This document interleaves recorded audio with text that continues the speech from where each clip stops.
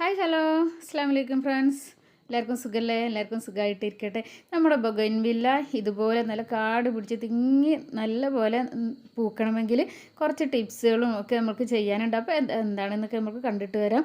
First തന്നെ ഈ October November മാസത്തിൽ നമ്മൾ ചെയ്യേണ്ടതാണ്. ഇപ്പോൾ ഒക്ടോബർ മാസം കഴിഞ്ഞു പോയി. നവംബർ മാസത്തിൽ നമ്മൾ തീർച്ചയായിട്ടും ഇതൊക്കെ നമ്മൾ ബൊഗൈൻവില്ലക്ക് ഇതുപോലെ ചെയ്ത് കൊടുക്കണം.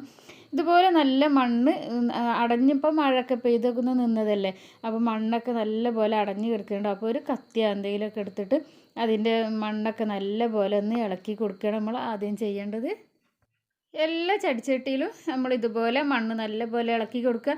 വേരിന് കത്തിയൊന്നും തട്ടരുതട്ടെ, വേരിന് തട്ടാത്ത വിധത്തിൽ നമ്മളിത് അങ്ങനെ ചെയ്ത് കൊടുക്കണം. പിന്നെ നമ്മൾ ഇതിന് ചെയ്യാൻ പോകുന്നത്, ഇതിന് നല്ല വളം വേണം. പിന്നെ ഒന്നാമത് ബൊഗൈൻവില്ല അഥവാ നമ്മളെ കടലാസ് ചെടിക്ക് നമ്മൾക്ക് ആവശ്യമായിട്ട് വരുന്നത് വെയിലാണ്, സൂര്യപ്രകാശം. 7-8 മണിക്കൂർ നല്ല സൂര്യപ്രകാശം തട്ടുന്ന സ്ഥലത്ത് മാത്രം ഇത് വെക്കാൻ പാടുള്ളൂ. എന്നാലേ നമ്മൾക്ക് വിചാരിച്ചത്ര റിസൾട്ട് കിട്ടുള്ളൂ, നല്ല പൂക്കളും ഉണ്ടാവുള്ളൂ. അപ്പോൾ അതെല്ലാവരും നല്ല പോലെ ശ്രദ്ധിക്കണം. നല്ല വെയിൽ തട്ടുന്ന സ്ഥലത്ത് തന്നെ ഇത് വെക്കാൻ നോക്കണം. അപ്പോൾ ഞാനിതാ ഇത് പ്രൂണിങ്ങൊക്കെ മുന്നേ കഴിഞ്ഞ് ഒരിക്കൽ മണ്ണൊക്കെ ഇളക്കി കൊടുത്തതായിരുന്നു. ഇപ്പോൾ രണ്ടാം പ്രാവശ്യം ഒന്നുകൂടി മണ്ണൊക്കെ ഒന്ന് ഇളക്കി കൊടുക്കുകയാണ്. ഹാർഡ് പ്രൂണിങ് തന്നെയാണ് ഞാൻ ചെയ്തിട്ടുള്ളത്. എല്ലാം നല്ല കുറ്റിയാക്കി നിർത്തിയിട്ടുണ്ടായിരുന്നു.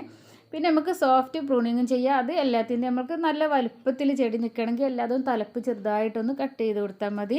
ഹാർഡ് പ്രൂണിങ് ആണെങ്കിൽ നമ്മളത് കുറ്റിയായിട്ട് നിന്നിട്ട് അതിൽ നിറച്ച് പൂവിടാൻ അങ്ങനെ ഉണ്ടാവും. അങ്ങനെ വേണ്ടവർക്ക് അങ്ങനെ ചെയ്യാം, അല്ലെങ്കിൽ സോഫ്റ്റ് പ്രൂണിങ് അങ്ങനെ ചെയ്താൽ മതി. ബൊഗൈൻവില്ലക്ക് നമ്മൾ കൊടുക്കുന്ന വളം എന്ന് വെച്ചാൽ കടലപ്പിണ്ണാക്ക് വെള്ളത്തിലിട്ട് പുളിപ്പിച്ചിട്ട് ഒരു 2-3 ദിവസം വെച്ച് നല്ല പുളിപ്പിച്ചിട്ട് അതിൽ ഇരട്ടി വെള്ളം ചേർത്തിട്ട് അത് നമ്മൾക്ക് ഇതിന് ഒഴിച്ചു കൊടുക്കാം.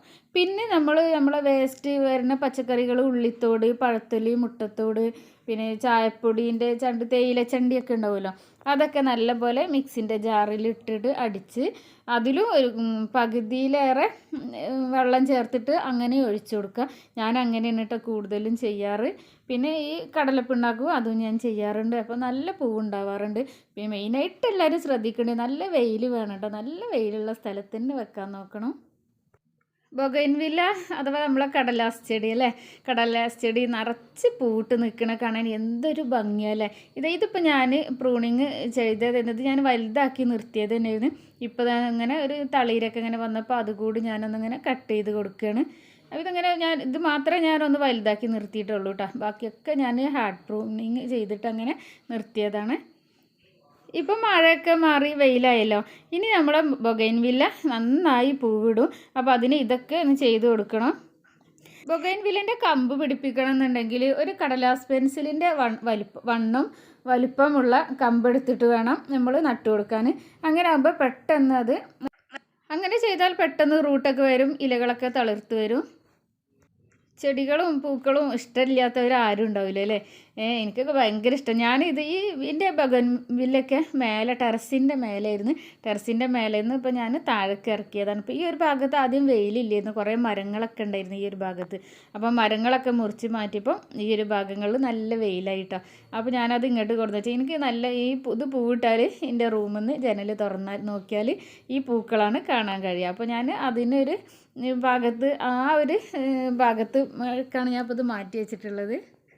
ബൊഗൈൻവില്ല അതുപോലെ ഓർക്കിഡ്, പലതരം തെച്ചി എല്ലാം നമ്മളെ ഗാർഡനിലുണ്ട് കേട്ടോ.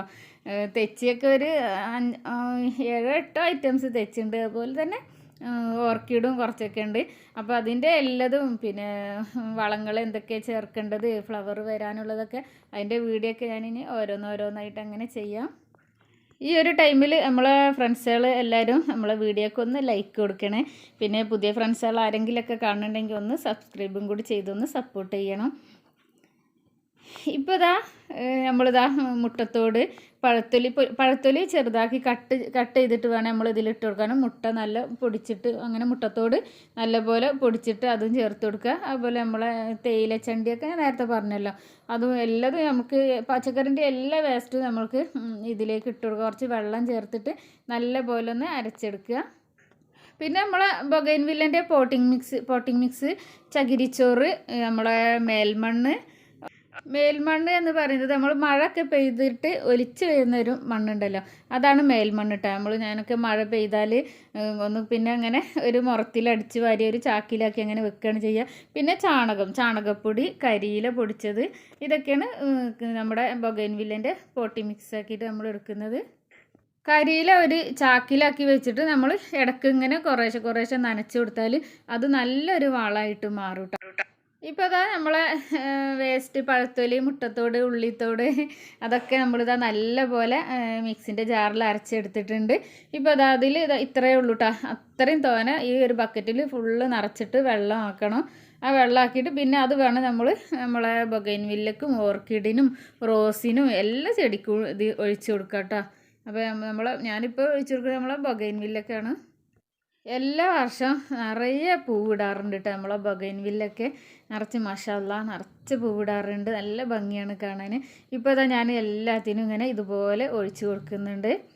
ഒന്ന് നമ്മൾ ബക്കറ്റിൽ നിന്ന് എടുക്കുമ്പോൾ ഒന്ന് ഇളക്കി കൊടുത്തിട്ട് വേണം എടുക്കാൻ. ഇല്ലെങ്കിൽ അത് അടിയിൽ മുട്ടത്തോടിൻ്റെ അരച്ച ചെറിയ മിക്സ് അങ്ങനെയൊക്കെ ഉണ്ടാവുമല്ലോ, അതൊക്കെ അതിലിങ്ങനെ കിടക്കും. അപ്പോൾ നല്ല ഇളക്കി എടുത്തിട്ട് ഇതുപോലെ ഒഴിച്ചു കൊടുക്കാൻ നോക്കുക. അപ്പോൾ നമ്മളെ ഇന്നത്തെ വീഡിയോ എല്ലാവർക്കും ഇഷ്ടമായിട്ടുണ്ടാവുമെന്ന് വിചാരിക്കണം. ഒരിക്കൽ കൂടി പറയുകയാണ്, ലൈക്ക് ചെയ്യാത്തവരൊക്കെ ഒന്ന് ലൈക്ക് ചെയ്യുക. സബ്സ്ക്രൈബ് ചെയ്യാത്ത നമ്മളെ കാണുന്ന പുതിയ ഫ്രണ്ട്സുകൾ ആരെങ്കിലും ഉണ്ടെങ്കിൽ സബ്സ്ക്രൈബും കൂടി ചെയ്തൊന്ന് സപ്പോർട്ട് ചെയ്യണം. ബൊഗൈൻവില്ലക്ക് ഡെയിലി നനച്ച് കൊടുക്കണ്ട കേട്ടോ. ഡെയിലി 2 ദിവസം കൂടുമ്പോൾ മാത്രം ഒന്ന് നനച്ച് കൊടുത്താൽ മതി. കൂടുതൽ വെള്ളം ബൊഗൈൻവില്ലക്ക് ആവശ്യമില്ല. അപ്പോൾ 2 ദിവസം കൂടുമ്പോൾ നല്ല നനക്കണമൊന്നുമില്ല, കുറേശ്ശെ ഒന്ന് നനച്ച് കൊടുത്താൽ മതി. ഒരു നനവ് മാത്രം മതി. അപ്പോൾ ഇന്നത്തെ വീഡിയോ ഇത്രയൊക്കെ ഉള്ളൂ. ഇൻഷാ അല്ലാഹ് അടുത്ത നല്ലൊരു വീഡിയോ ആയിട്ട് വരാം. ഇവരെ എല്ലാവർക്കും അസ്സലാമു അലൈക്കും. Thanks for watching. ബൈ.